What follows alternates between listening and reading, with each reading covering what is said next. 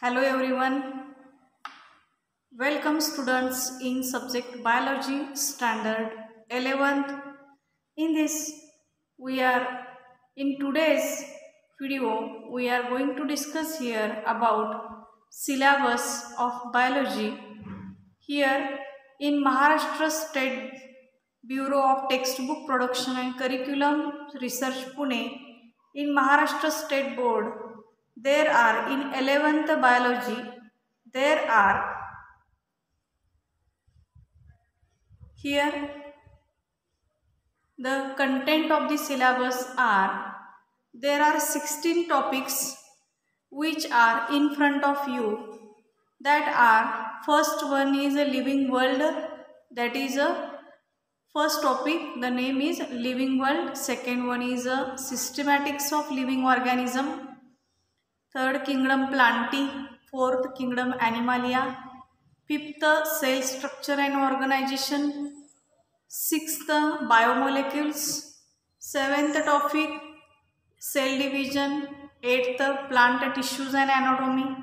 Ninth morphology of flowering plants. 10 animal tissue. 11 study of animal type cockroach. 12 photosynthesis. 13 respiration and energy transfer. 14th human nutrition. 15th excretion and osmoregulation. And 16th skeleton and movement. In all these 16 topics, in today's video we are going to discuss here about first topic, that is a living world. विद्यार्थी मित्रांनो, आपलं 11th biology या विषयामध्ये आपलं सहर्ष स्वागत आहे. आज आपण बायोलॉजी म्हणजे जीवशास्त्र या विषयामध्ये आज आपण एकूण 16 टॉपिक आपल्याला आहेत. तर त्यामध्ये पहिला टॉपिक जो आहे लिव्हिंग वर्ल्डचा, या टॉपिक विषयी आज आपण माहिती घेऊया. तर तत्पूर्वी लिव्हिंग वर्ल्ड या टॉपिकमध्ये कोरोना महामारीमुळे जो 25% रिडक्शन केलेला सिलेबस आहे तो मी पहिल्यांदा सांगते की या टॉपिकमध्ये एकूण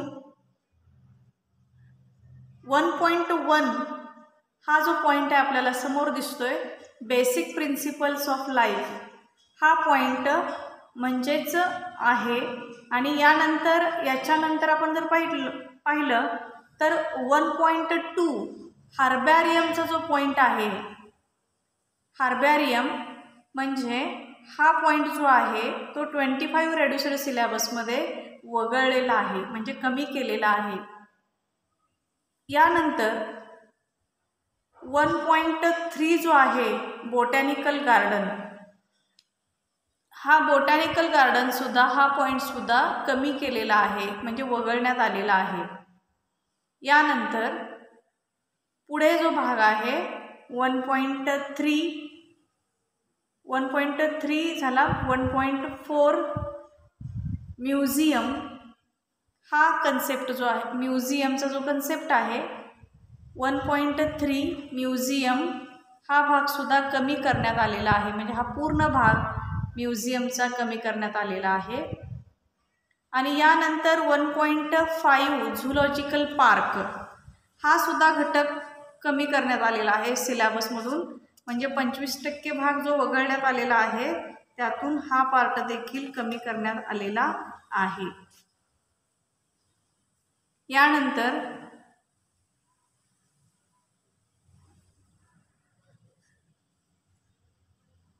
बायोडायव्हर्सिटी पार्क्स, हा कन्सेप्ट जो आहे 1.6 हा कन्सेप्ट पण कमी करण्यात आलेला आहे. आणि त्यानंतर 1.7 आहे की हा भाग सुद्धा कमी करण्यात आलेला आहे, म्हणजे हा इतका भाग आपला 25 रेड्युस्ड सिलेबसमध्ये कमी करण्यात आलेला आहे. यामध्ये जर आपण पाहिलं तर टॉपिकमध्ये एकूण 16 टॉपिकमध्ये कुठलाही होल टॉपिक कमी करण्यात आलेला नाही आहे, पण प्रत्येक टॉपिकमधला काही भाग हा काय झालेला आहे, रेड्यूस झालेला आहे, म्हणजे वगळण्यात आलेला आहे, म्हणजे याचं मूल्यमापन होणार नाही.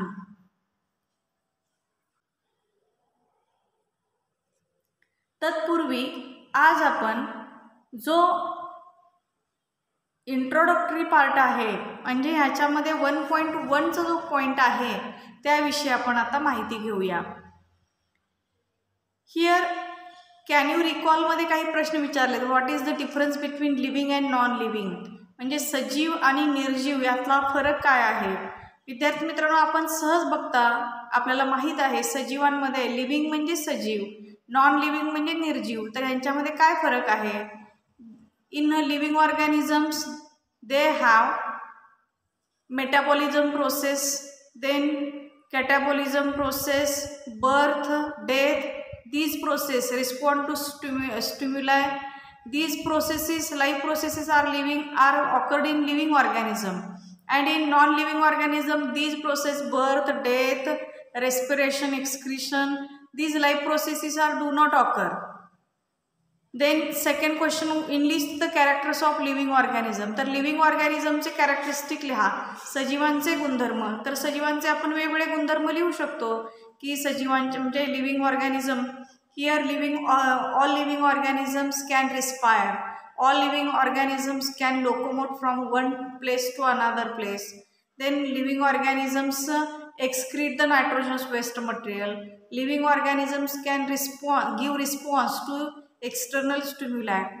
हे सगळे लिव्हिंग ऑर्गॅनिझमचे कॅरेक्टरिस्टिक आहेत. Then whether all living organisms are similar, सगळ्या ऑर्गॅनिझम्स हे सिमिलर आहेत काय. No, all living organisms are not similar because here great variety is occurred in living organism, in plants as well as in animals. Then planet Earth is made up of abiotic and biotic components. विद्यार्थी मित्रांनो, आपलं पृथ्वी जी आहे ही पृथ्वी ह्याच्यावरती ही पृथ्वी जी बनलेली आहे ती अनेक abiotic म्हणजे अजैविक घटकांनी आणि बायोटिक फॅक्टर्स म्हणजे जैविक घटकांनी, म्हणजे आपली पृथ्वी जी बनलेली आहे ती अजैविक आणि जैविक अशा घटकांपासून बनलेली आहे. The biotic components are obviously the living beings present around us. मग बायोटिक कंपोनंट्स जे आहेत ते आपल्या अवतीभोवती आपल्या लिव्हिंग बीइंग्स जे आहेत जे सजीव आहेत त्या सजीवांपासून हे बायोटिक कंपोनंट्स बनलेले आहेत. म्हणजे आपल्या अवतीभोवती असणारे सगळे सजीव याच्यामध्ये यांचा समावेश, सजीवांचा समावेश हे जैविक घटकांमध्ये एक समावेश त्यांचा होतो. म्हणजे सगळ्या सजीवांचा समावेश हा बायोटिक कंपोनंटमध्ये होतो. The question is, why do we call them living and how do they differ from non-living?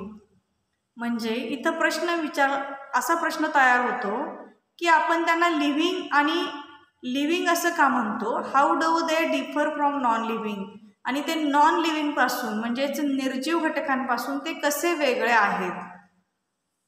तर विद्यार्थी मित्रांनो, यासाठी आपण मगाशी जसं म्हटलं की लिव्हिंग आणि नॉन लिव्हिंग मधला फरक आपण जो डिस्कस केला की त्याच्यामध्ये लिव्हिंग ऑर्गॅनिझममध्ये असणारे कॅरेक्टर्स आणि नॉन लिव्हिंगमध्ये असणारे कॅरेक्टर्स याच्यातला फरक जर आपण केला तर in living organisms they can response to any external stimuli, but non living organisms do not give any response to external stimuli as well as internal stimuli.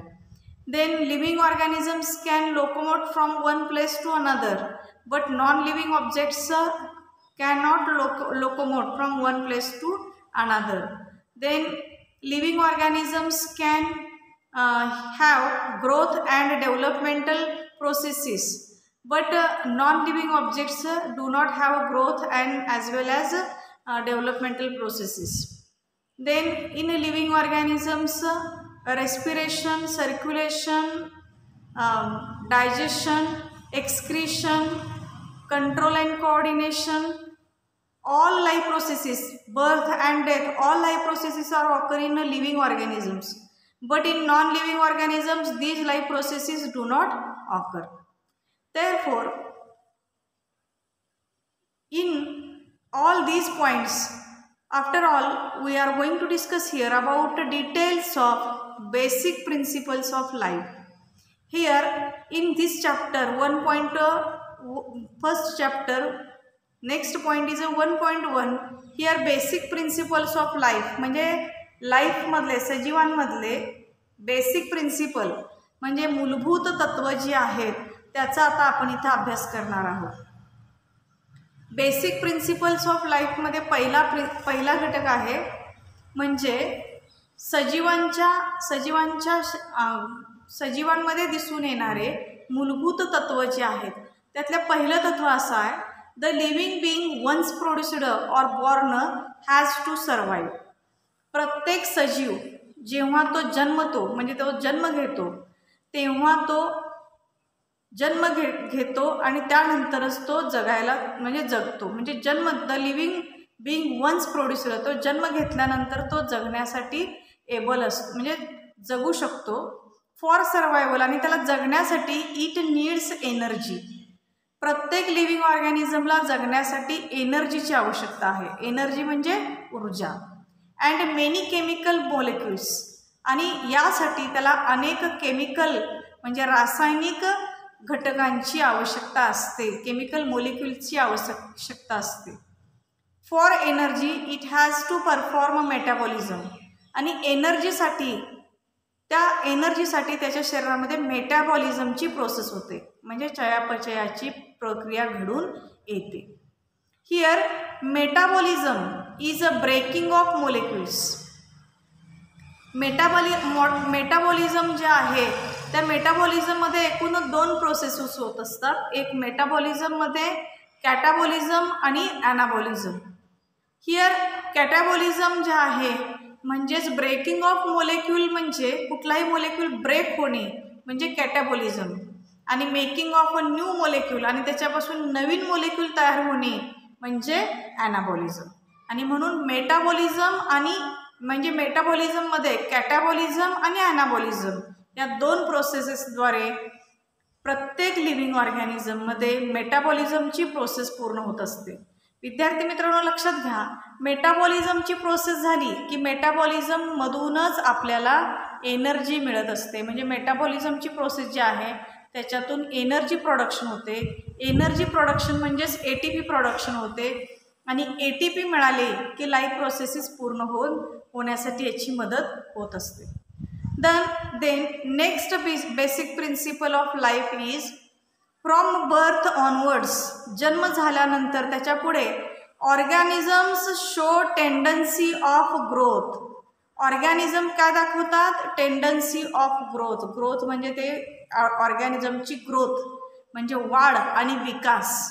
Growth and development म्हणजे प्रत्येक living ऑर्गॅनिझमची वाढ होते आणि त्याचा विकास देखील होतो. This growth is well orchestrated process. You might have observed sand mounds, boulders grow, etc. This growth is not from within and hence these are not living beings. विद्यार्थी मित्रांनो याचा अर्थ असा आहे की प्रत्येक लिव्हिंग ऑर्गॅनिझम, प्रत्येक सजीव जो आहे तो जन्म घेतल्यानंतर त्याच्यामध्ये अशी टेंडन्सी असते की त्याचा आकार जन्म घेतल्यापासून त्याचा आकार काय होत असतो? वाढत जातो. म्हणजे त्याचा उंचीमध्ये वाढ होते, हाडांच्या लांबीमध्ये वाढ होते, म्हणजे वाढ आणि विकास ही प्रोसेस चालू असते. आता आपण इथं जे सांगितलेलं आहे की ही प्रोसेस, ग्रोथची जी प्रोसेस आहे ती सतत चालू होते. म्हणजे त्या लिव्हिंग ऑर्गॅनिझममध्ये ग्रोथ जी असते ती प्रत्येक पेशीमध्ये वाढ होत असते, ऊतींमध्ये वाढ होत असते, म्हणजेच सेलमध्ये वाढ होते, टिश्यूमध्ये वाढ होते, त्यानंतर ऑर्गन्समध्ये वाढ होते, उंचीमध्ये वाढ होते. त्या पद्धतीने ही प्रोसेस चालू राहते. पण आपण हेच उदाहरण जर पाहिलं तर आपण इथे एक सँडचं जे उदाहरण दिलेलं आहे, म्हणजे आपण जर पाहिलं तर आता इथं असा मातीचा ढीग घेतला किंवा वाळूचा ढीग घेतला आणि त्याच्यामध्ये आपण ग्रोथ करत राहिलो तर ही सुद्धा ग्रोथच आहे. पण ही ग्रोथ जी आहे ती आतून नाही आहे, ही आपण वरून, हे मॅन मेड आहे, वरून आपण ते माती त्यात ॲड करत राहिल्यामुळं, सँड ॲड करत राहिल्यामुळं झालेली वाढ आहे. आणि म्हणून ही वाढ जी आहे ही लिव्हिंग ऑर्गॅनिझममधली वाढ आणि नॉन लिव्हिंगमधली हा फरक आहे की लिव्हिंग ऑर्गॅनिझममध्ये वाढ जी असते ती आतून होत असते, पण नॉन लिव्हिंगमध्ये वाढ ही बाहेरून होत असते. म्हणून पहिला बेसिक प्रिन्सिपल जसा आहे बर्थ होतो म्हणजे जन्म होतो, आणि जन्मानंतर सगळ्या लाईफ प्रोसेसेस होण्यासाठी जी एनर्जीची आवश्यकता आहे त्याच्यासाठी आपल्याला एनर्जीच्या आवश्यकतेसाठी मेटाबॉलिझमची प्रोसेस होते. तसेच दुसरी बेसिक प्रिन्सिपल आहे की ग्रोथ अँड डेव्हलपमेंट, म्हणजे प्रत्येक लिव्हिंग ऑर्गॅनिझममध्ये ग्रोथ होत असते आणि ग्रोथ आणि डेव्हलपमेंटसाठी ग्रोथ ही आतून होत असते. त्यानंतर तिसरी आहे growth and development are not the processes which have unlimited time span. At certain point of time, the molecules organ system begin to lose their effective working and become old. This is aging process of the body. याचा अर्थ असा आहे की सजीवांमध्ये ग्रोथची जी process आहे, growth आणि development ही continue process नाही आहे, अनलिमिटेड टाईम स्पॅनमध्ये ही प्रोसेस होत नाही आहे. तर एका ठराविक सर्टन टाईमपर्यंतच त्या ऑर्गॅनिझमची ग्रोथ होत असते, त्या मोलेक्युलची ग्रोथ असते, त्या ऑर्गनची ग्रोथ होत असते, म्हणजे अवयवांची ग्रोथ होत असते एका ठराविक कालावधीपर्यंतच. जसं आपण म्हणतो की मुलांमध्ये वयाच्या 21व्या वर्षापर्यंत ग्रोथ होत असते आणि त्यानंतर एका ठराविक कालावधीनंतर तो इफेक्ट जो आहे म्हणजे कामाचा इफेक्ट पण आणि तो इफेक्ट कमी होत जातो आणि त्यावेळेला आपण त्याला एजिंग प्रोसेस म्हणतो.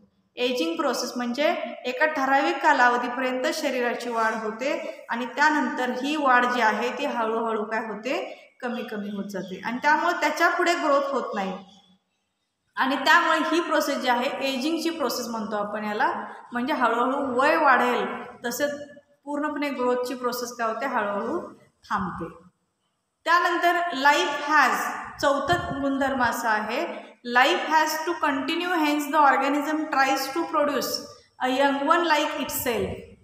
म्हणजे सजीवांना आपलं अस्तित्व टिकवायचं असेल, म्हणजे सजीवांना स्वतःचं अस्तित्व टिकवायचं असेल, life has to continue, hence the organism tries to produce a young one. त्यामुळे त्या ऑर्गॅनिझमला स्वतःचं यंग वन तयार करण्याची क्षमता त्याच्यामध्ये असते. यंग वन म्हणजे स्वतःचं अपत्य निर्माण करण्याची क्षमता प्रत्येक सजीवामध्ये आहे. It is possible through reproduction, हे प्रजननाने शक्य आहे आणि प्रजननाचे जे प्रकार आहेत त्यामध्ये reproduction, asexual reproduction and sexual reproduction, अलैंगिक आणि लैंगिक प्रजननाद्वारे प्रत्येक सजीव आपलं अस्तित्व ह्या पृथ्वीवरती टिकवून ठेवतो. This insure continuity of race. याचा परिणाम काय होतो की या पृथ्वी तलावरती कंटिन्युटी ऑफ रेस म्हणजेच प्रत्येक लिव्हिंग ऑर्गॅनिझमच्या सजीवांचं अस्तित्व टिकवून ठेवण्यासाठी ह्याची मदत होत असते. म्यूल्स जे आहेत, these are sterile worker bees do not reproduce. Mule म्हणजे गाढव ह्या प्राण्यापासून एक संकर बनवलेला असतो, त्याला म्यूल म्हणतात. म्यूल्स अँड स्टराईल वर्कर बीज. स्टराईल वर्कर बीज म्हणजे ज्या मधमाशा कामकरी मधमाशा ज्या असतात की ज्या प्रजनन करू शकत नाहीत, तर त्या म्यूल आणि हे कामकरी मधमाशा, कारण त्यांच्यामध्ये प्रजनन क्षमता नसते, तर येट आर लिव्हिंग म्हणजे ह्या रिप्रोडक्शन करत नाहीत पण तरीसुद्धा त्या सजीव आहेत. Can we call reproduction as a inclusive characteristic of life. आणि म्हणून रिप्रोडक्शनला आपण हे महत्त्वाचं असं सजीवांचं कॅरेक्टरिस्टिक आहे. As the body loses its capacity to perform metabolism the organism dies. म्हणजे पुढचा गुणधर्म असा आहे की जो सजीव म्हणजे ज्या सजीवाचं शरीर हे मेटाबॉलिझम करण्याची कॅपॅसिटी लूज करतं म्हणजे काढून टाकतं, त्या तो सजीव काय होतो, मरतो. म्हणजे as the body loses its capacity, जो सजीव मेटाबॉलिझम करण्याची कॅपॅसिटी गमावतो तो सजीव काय होतो, डेड होतो, म्हणजे तो काय होतो, संपतो.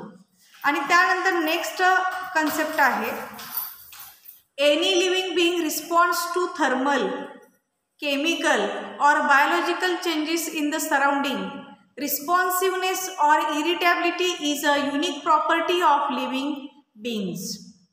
प्रत्येक सजीव, एनी लिव्हिंग, कोणताही सजीव, हा नेहमी लक्षात ठेवायचं, रिस्पॉन्स टू थर्मल, हा उष्णतेला प्रतिसाद देतो, केमिकल रसायनांना प्रतिसाद देतो, और biological changes in the surrounding, आणि हवेतल्या वातावरणातल्या जैविक घटकांना, जैविक बदलांना सुद्धा तो काय देतो, रिस्पॉन्स देतो, म्हणजेच प्रतिसाद देतो.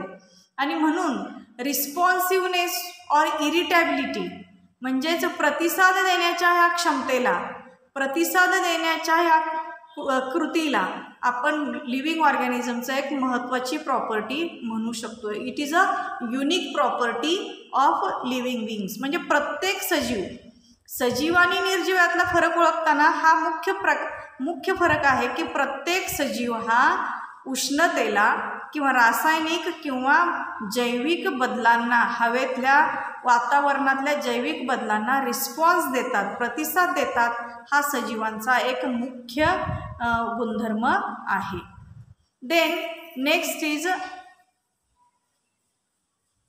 देर is immense diversity in living organisms. Since time immemorial variety of organism are living together on earth. आज आपण जर पाहिलं तर there is a immense diversity. आज पृथ्वीवरती बघितलं तर खूप मोठ्या प्रमाणात सजीवांमध्ये विविधता दिसून येते. विविधता म्हणजे वेगळेपणा.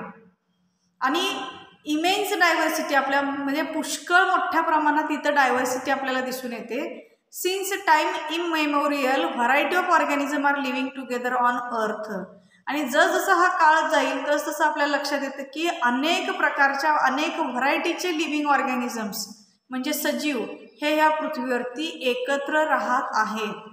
In order to understand the interrelations between living and non living as well as between two living beings or groups, systematic study of these is essential. आणि म्हणून ह्या सर्व सजीवांचा आपण आणि त्यांचं इन्व्हायरमेंटशी असलेलं जे इंटररिलेशनशिप आहे, इंटररिलेशनशिप म्हणजे आंतरक्रिया, यांचा अभ्यास करताना आपल्याला असं लक्षात येईल की सजीव आणि निर्जीव यांच्यामध्ये दोन जे ग्रुप्स आहेत म्हणजेच बिटवीन टू लिव्हिंग बीइंग्स और groups systematic study of this is essential. तर ह्या सजीव आणि निर्जीवांचा अभ्यास करताना त्यांचा सिस्टमॅटिक अभ्यास करणे ह्या सजीवांच्यामध्ये आपल्याला त्यांचा सिस्टमॅटिक अभ्यास करणं गरजेचं आहे. आणि त्यासाठी जो डाटा आहे म्हणजे जी माहिती आहे, this data is also important for various industries. आता ही माहिती जी आहे ती अनेक इंडस्ट्रींना काय होत असते, मिळत असते. This data is also important for various industries and agriculture. म्हणजे ही माहिती अनेक इंडस्ट्रीजना आणि ॲग्रिकल्चरला म्हणजे अनेक उद्योगधंद्यांना आणि शेतीसाठी हा डाटा खूप महत्त्वाचा असतो. Intensive laboratory and field studies in order to identify and classify the organism. आता आपण जर पाहिलं अनेक अशा लॅबोरेटरीज म्हणजेच प्रयोगशाळा आणि असे अनेक क्षेत्र आहेत की ज्याच्यामध्ये लिव्हिंग ऑर्गॅनिझमला आयडेंटिफाय केलं जातं म्हणजे शोधलं जातं, ओळखलं जातं आणि मग त्याचं वर्गीकरण केलं जातं. From strong basis for meaningful use of the collected data. म्हणजे जो गोळा केलेली जी माहिती आहे त्याच्यातून त्याला एक चांगलं त्याचं वर्गीकरण करून त्याला नाव दिलं जातं आणि मिळालेल्या डाटामधून अशा पद्धतीने त्याचं वर्गीकरण करून त्याला एक ठराविक विशिष्ट अशी वर्गीकरणामध्ये जागा दिली जाते. If we need to study this diversity, मग आपल्याला ह्या डायव्हर्सिटी म्हणजे ही जी विविधता आहे ह्याची गरज आहे. If we need to study this diversity, जर आपल्याला ही जी गरज आहे डायव्हर्सिटी म्हणजे विविधता पाहायची असेल तर त्याच्यासाठी काही काय आहेत शैक्षणिक साहित्याचं आपण म्हणजे तिथं सर्टन एड्स कॉल्ड टॅक्झॉनॉमिकल एड्स. आता याच्यासाठी आपल्याला काही साहित्याचा इथं वापर करावा लागेल. एड्स म्हणजे टॅक्झॉनॉमिकल एड्स जे आहेत म्हणजे हे साहित्य की ज्याचा आपण उपयोग करून ही ग्रेट डायव्हर्सिटी आपल्याला अभ्यासता येते. दीज इन्क्लूड, मग अशा ह्या डायव्हर्सिटीमध्ये कशाचा समावेश आहे? हर्बॅरिया म्हणजे हे जे टॅक्झॉनॉमिकल एड्स आहेत त्याच्यामधले घटक आहे हर्बॅरिया. देन बॉटॅनिकल गार्डन्स म्हणजेच बगीचा जे असतात तर त्या बगीचांमध्ये असणाऱ्या डायव्हर्सिटीचा सुद्धा आपल्याला अभ्यास करता येतो. म्युझियम अँड बायोडायव्हर्सिटी पार्क्स म्हणजे असे जे बायोडायव्हर्सिटी पार्क्स आहेत यांचा सुद्धा ह्याच्यामध्ये समावेश केलेला आहे की याच्यामधून आपल्याला खूप मोठ्या प्रमाणात अनेक वनस्पती, प्राणी, त्यानंतर त्यांच्यामध्ये असणारे व्हरायटी, त्यांच्यामध्ये असणारे जे काय कॅटेगरीनुसार त्याचे केलेले वर्गीकरण यांच्या खूप मोठ्या प्रमाणात आपल्याला अभ्यास करता येतो. विद्यार्थी मित्रांनो, आता उर्वरित भाग जो आहे तो याच्यातून 25% रेड्युस्ड सिलेबसमध्ये कमी केलेला आहे. त्यानंतर आपण त्यामुळं उर्वरित भाग आता आपण रेड्युस्ड केल्यामुळं हा भाग आपला काय होणार आहे, आपण सेल्फ स्टडी करायचा आहे, म्हणजे आपण वाचून काढावयाचा आहे. म्हणजे उर्वरित 1.2 पासून 1.7 पर्यंतचा जो कन्सेप्ट आहे त्याच्यावरती इव्हॅल्युएशन होणार नाही आपल्याला. त्यानंतर आपण इथे थांबूया. धन्यवाद.